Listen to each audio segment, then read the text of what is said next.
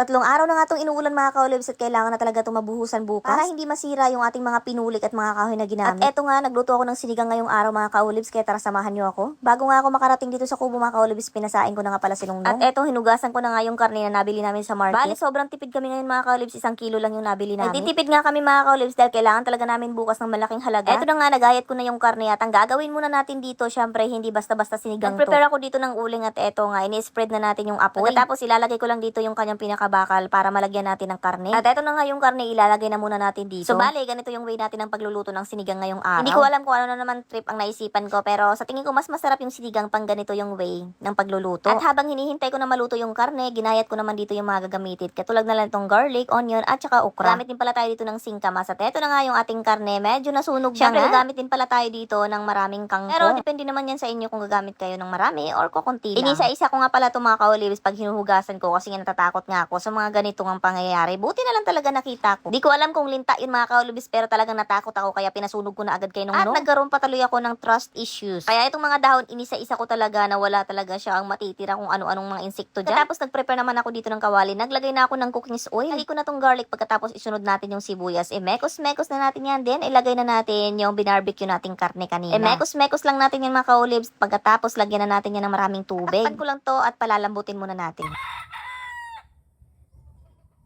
Alagay din pala ako dito ng pamintang buo at sinunod ko na nga din yung asin. At medyo matagal daw to palambutin kaya nilagay ko na itong singkamas. Mekos-mekos na natin yan hanggang sa ma-combine yung mga ingredients na nilagay natin. Tatakpan ko lang to saglit pagkatapos eto na nga yung kanyang itsura ng kumulo na. Ngayon naman ay maglalagay naman tayo dito ng sinigang mix. At pagkatapos ilagay na rin natin yung okra para lumapot na yung ating sabaw. Lalagay din ako dito ng siling haba pagkatapos eto na nga papakuluan pa natin to ng paulit-ulit. At ang pinakahuli ilalagay na natin itong kangkong. So ewan ko baka parang ayaw ko pa talaga ilagay itong kangkong na to kasi nagdadalawang isip pa kahit napilian ko naman na yan isa-isa. Dahil mag-aalas 12 na, kailangan ko na mag-prepare ng pinggan at ito yung sinaing i-ready ko na rin. Ito namang ating sinigang ay paluto na rin, kaya ready na talaga to serve. Tingnan nyo naman yung itsura mga kaolibs, nakakatakam na talagang kumain. So, ine-expect ko talaga sa kanya sobrang sarap ng sabaw. Pero ang nangyari mga kaolibs, ipumait dahil medyo nasunog yung ating karne. Kaya hindi ko tuloy na-enjoy yung kanyang sabaw. At mukhang hindi ko na nga mauulit itong recipe nito mga kaolibs dahil hindi ko talaga siya nagustuhan. Pero still, masarap pa rin. Mga nasa 85%. Char. Katapos nga namin kumain, dumiretso na agad kami dito ni Nongnong. Ngayong araw kasi, magpapakabit na kami dito ng mga PVC. Abang na nga to para sa electrical. Hindi nga kasi pwedeng buhusan na hindi to naka-ready. Kaya napilitan talaga kami patawagin yung electrical sa barangay namin para maikabit nga to. At buti na lang talaga, eto na nga na-ready. Yung mga lupa naman, nilagay na nila dito sa mga sako-sako dahil preparasyon na nga to para bukas sa mixer. Eto na, ikabit na rin yung mga PVC para nga yan sa ating mga ilaw. Naparami nga lang lagay mga kaolibs kasi nga nag-request ako na maglalagay ako ng pinlight. Sabi nga ni Foreman, mas magastos daw yung pinlight. Pero okay na rin yan, dahan-dahanin lang natin hanggang sa matapos. Ang importante naman ay maganda yung kalalabasan. 3 araw na nga palang umuulan dito mga kaolibs kaya nakakatakot baka bukas mas lalo pa siyang umulan. At eto dumating na nga din pala yung semento. Kulang pa nga to mga kaolibs dahil 80 peraso nga yung kailangan namin. Nga pala gusto ko magpasalamat kay Barangay Captain dahil napalagyan na nga pala ng tulay dito kaya hindi na kami mamumblema pag bumabaha. Nandito na lang muna mga kaolibs. Thank you for watching.